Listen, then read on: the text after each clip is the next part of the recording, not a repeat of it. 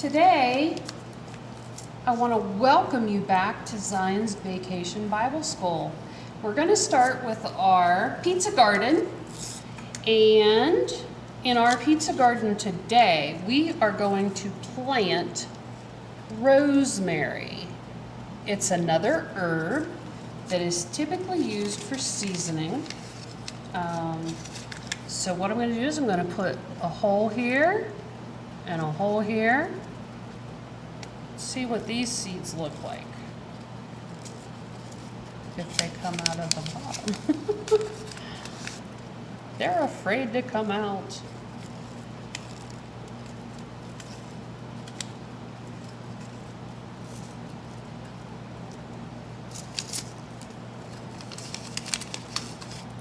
There you are.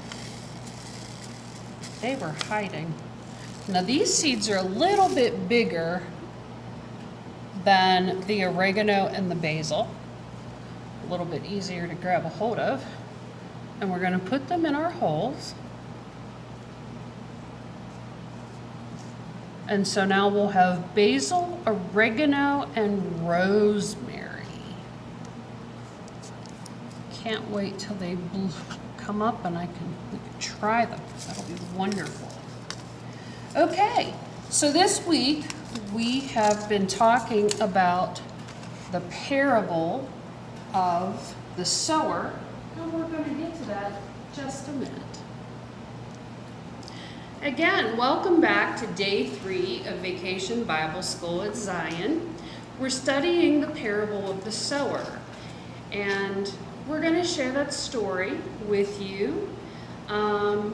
Jesus was in a boat, and he was telling a story to people that were on the shore about a sower who planted seeds on the ground. Some seeds landed on a path, and the birds ate those seeds, so the plants didn't grow. And some of the seeds landed in rocky soil, and the sun was so hot that it burnt the seeds, and the plants didn't grow.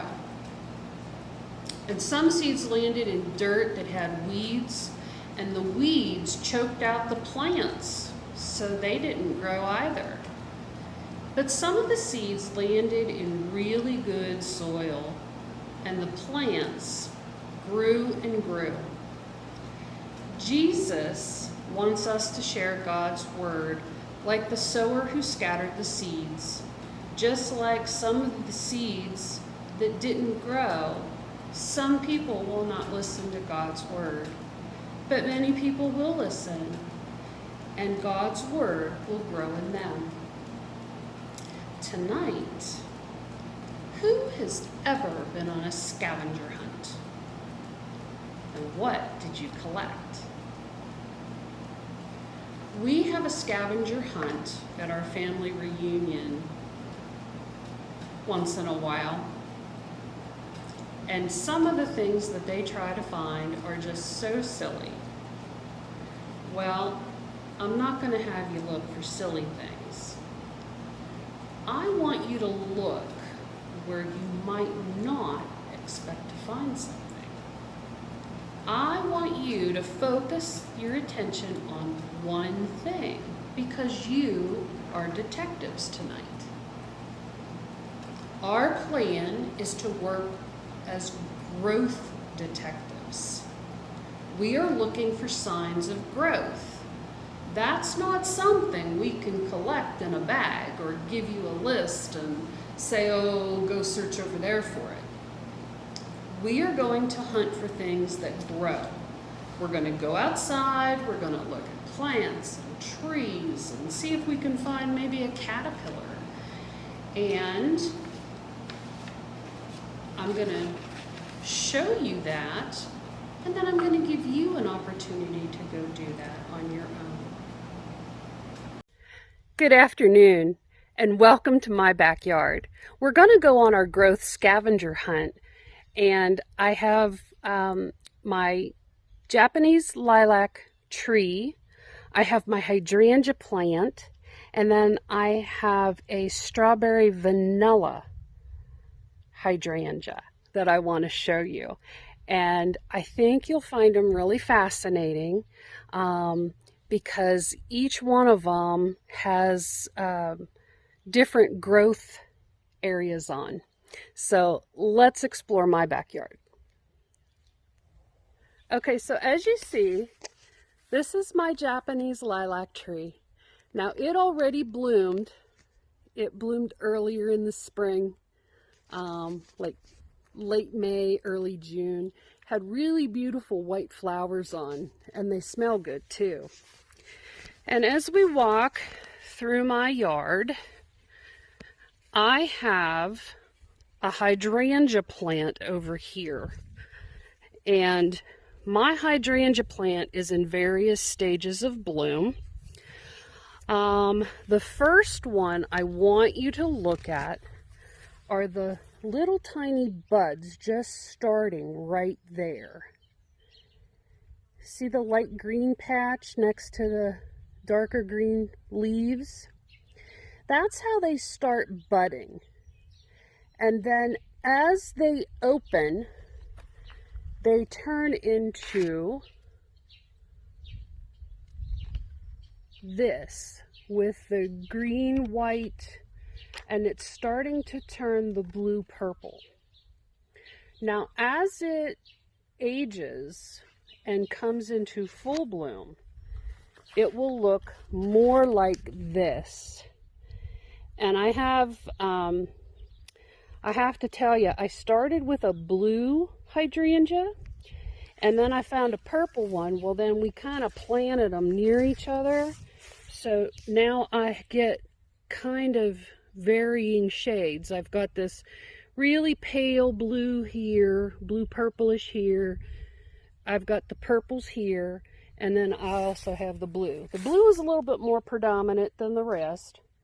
And then some of them have already bloomed and they're going to seed. Okay? So let's take a walk on, oh, hey, Mr. Butterfly. We're going to take a walk over here to my strawberry vanilla hydrangea. And I just love this plant. I find it so fascinating. The buds, as you can, I'll just give you a brief overview here. That's kind of what it looks like. So now we're going to zoom in, and this is what the buds come out as when it starts to bloom. And then as it progresses, it starts getting these little white tips on there. Can you see those? There's little white tips on there. And then it starts to branch out like that. Like I said, this bush is in various shades of bloom. So that's what made it so wonderful to be able to do this growth scavenger hunt. So you can see how it's going there. And we're going to go around the bush here a little bit. And I'll back out so you can see.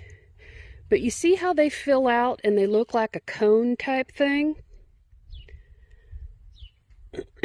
Well, that cone, it'll stay white for the biggest part of the summer. And then come late August, middle of September-ish, into the fall, this white will start here, and it will start going into a pink phase, okay?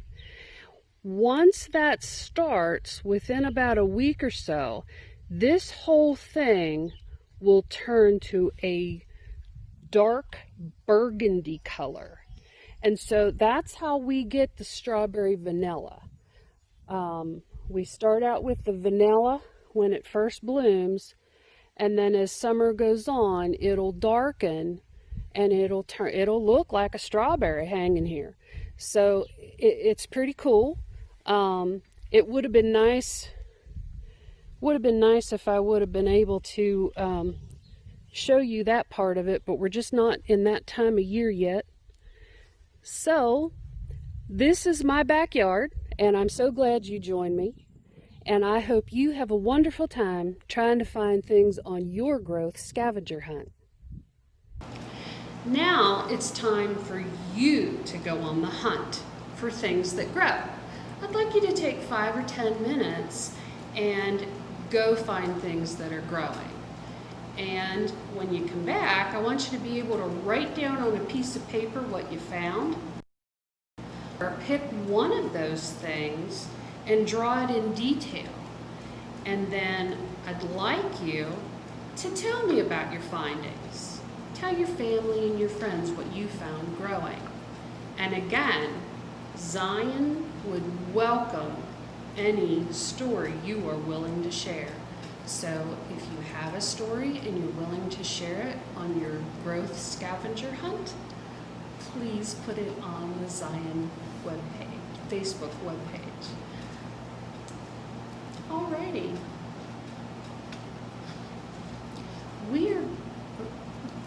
We are going to work on an art project now. And this art project will use rubbings, and we'll talk about that more in a little bit. But I want to ask you, what are the 3 basic things that a seed plant need to grow? Can you think of anything? Well, they need sunshine, dirt, and water. And different plants need different amounts. So like a cactus, you probably wouldn't water that as often as you would a tomato plant. They also need different types of soil to grow in. And where a cactus grows in the desert, where it's really, really hot, a tomato plant kind of has a temperate temperature that it grows in, because we kind of have that roller coaster ride of 60 to 90 degree weather. So it grows in various places. Some of the ways that plants get watered is, obviously it rains, the dew in the morning. Sometimes, like a family garden, they may take the hose to it. Farmers may have irrigation systems. And when I was growing up, we had what we called a rain barrel. And it was just a, big drum, 50-gallon drum, and we would collect the rainwater in it, and then we would use that water to go water the plants if we had a dry spell. So it's another way of taking care of creation. So some of the soils that you'll see, sometimes farmers add fertilizer to it, or plant food, or some people use compost. Compost is kind of like your peelings from the outside of a cucumber, or when you're paring apples or peaches and those things, and they put them all together and they ferment. They kind of dance together and make their own little soil type thing. Well, just like a plant, every plant is one of a kind, and so are you. So everybody needs just a little bit of a combination of things to grow and grow well. Now, right now, I would like you to take a minute and draw an outline of a plant. Okay? I'm going to give y'all a few minutes to do that, and then we're going to talk about rubbings. So we have our drawing of a plant, and what I did, rubbings, is when you take a crayon and you take your paper and you have to hold it very, very still, okay? And then you rub, and it makes a design on your drawing. Did you see how it did that? Those sticks. Now, if I move the sticks this way and try to rub, it'll give me a different design. Kind of makes a crisscross. I'd like you to try to find something that has a little bit of texture or bumpy, and I'd like you to try that with your drawing. So, you drew things, plants need to grow, your bodies grow, things good. Have you ever thought about what you need to grow as a Christian? One way is to be with other people who want to know about God, like at VBS or at worship, or when other people in your church help clean up a park or bring food to someone. God's love is the same and growing in each of us, but that doesn't mean we will turn out the same. God's love is growing in me, and God's love is growing in you. Thank you for coming to day 3 of Vacation Bible School, and I hope to see you tomorrow. Bye.